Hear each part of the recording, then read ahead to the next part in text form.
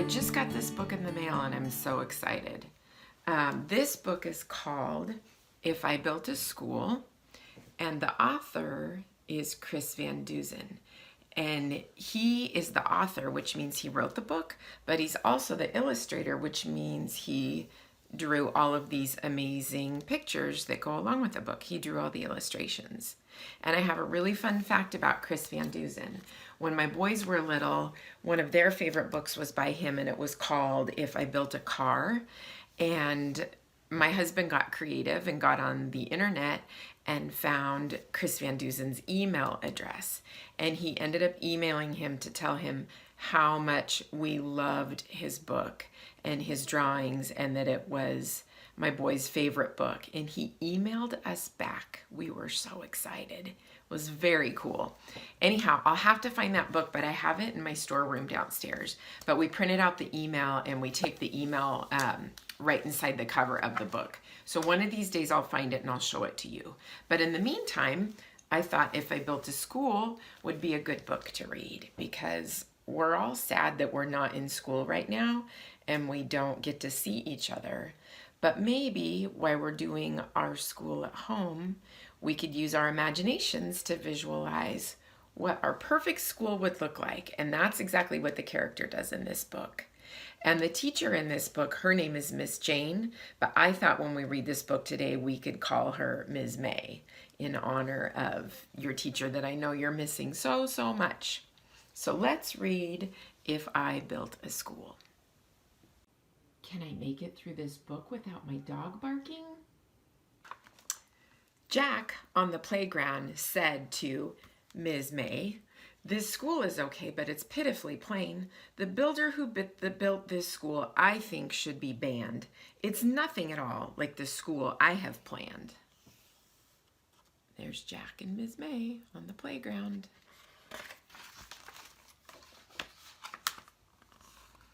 If I built a school, the first thing you'd meet are lots of cute puppies. They'd flock to your feet. But why stop at puppies? Why not a whole zoo? So I'd add a bunch of big animals too. I see big ones like elephants and zebras. Oh, I even see a panda bear.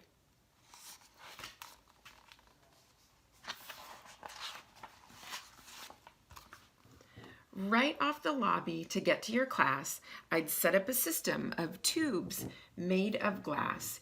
You hop in a pod, press the number, then zoom. In under 10 seconds, you're right at your room.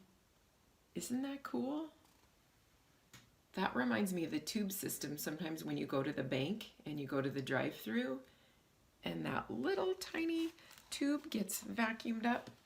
I don't know if you guys have seen that before.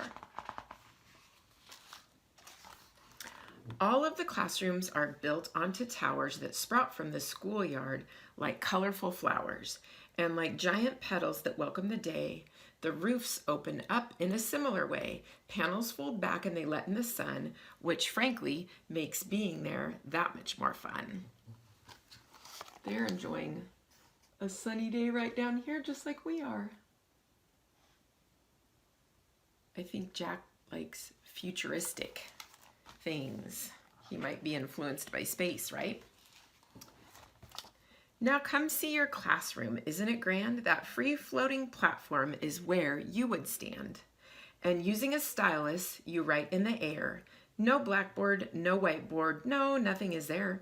Your words just appear and they magically glow. Don't ask how this works, because I don't really know.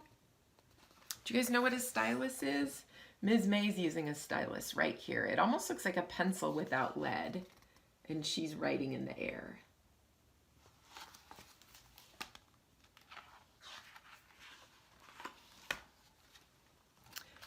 But you're not the only one floating around. Check out the desks. They don't touch the ground. These are my hover desks. See how they glide?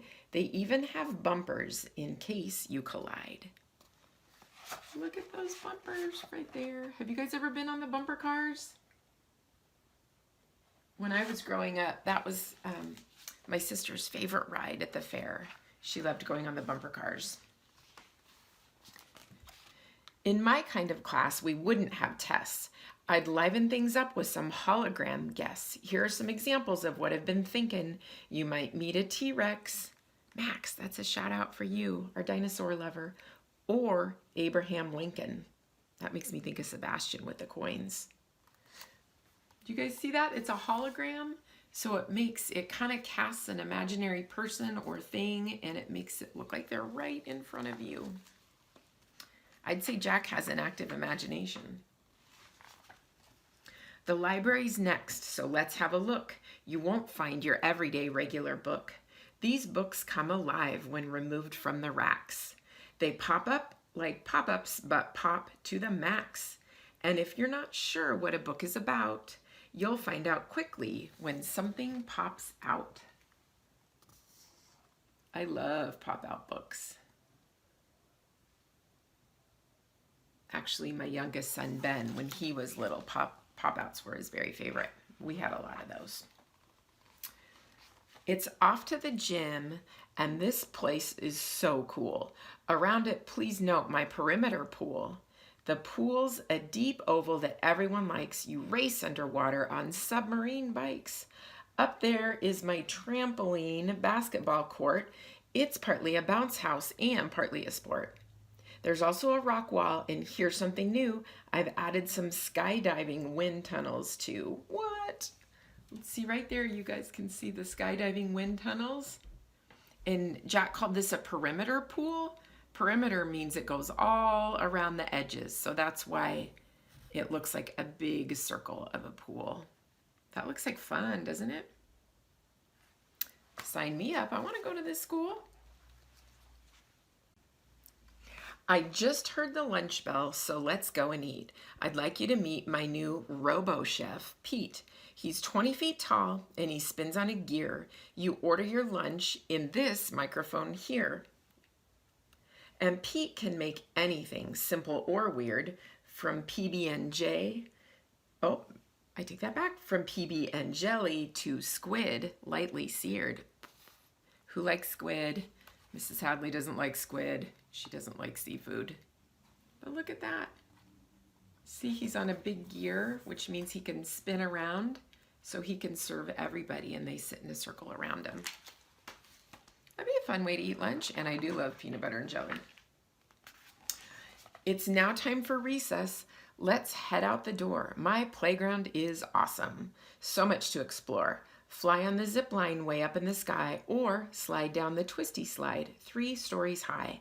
And after all that, if you're hot and you're beat, then you can go tubing. Now that would be sweet. Okay, you guys, when I saw this page, it reminded me of Silverwood, for those of you that have been at Silverwood.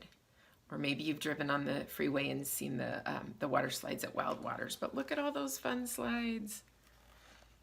And these guys are down here floating along in tubes. We could almost do that today. It's so sunny outside. I hope you're loving the sun. I am. In art, we use sprayers to splash out the paint. In music, we're loud, but our teacher's a saint. Let's talk about that word for just a moment. Do you know what the word saint is? To me, a saint, it's similar to an angel. So if he's saying that the teacher is a saint, that means she's doing a really great job of tolerating all their noise, and she kind of just lets them make that noise. So she's being a saint about it. And over in science, just one of the features is lab-grown genetically modified creatures. Whew, that's a mouthful. Genetically modified, that's a phrase they use for something that's grown in a lab. So he's saying they've grown these creatures in a lab. Check out that art class, you guys. Wowza. We'll visit new places, travel, explore, because we'll go on field trips galore. My specialty buses will tote us around. They dive underwater, they blast off the ground. And yes, they have wheels like regular cars, which neatly retract when we rocket to Mars. Look at that. Now that is a bus, right?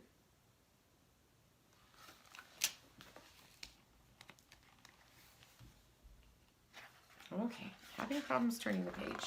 Bear with me. My school will amaze you. My school will astound. By far the most fabulous school to be found, perfectly planned and impeccably clean. On a scale 1 to 10, it's more like a 15. And learning is fun in a place that's fun too. See that? It says Jack's school. He's showing Ms. May his school right there.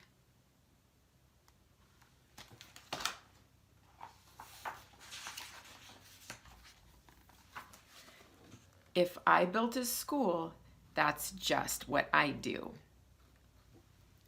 And there's Jack. Look, he gave Ms. May a lot to think about. See, she's thinking really hard in that illustration. I like this kiddo over here that's hanging upside down on the monkey bars. That looks very familiar to me. I hope you enjoyed our book today, If I Built a School.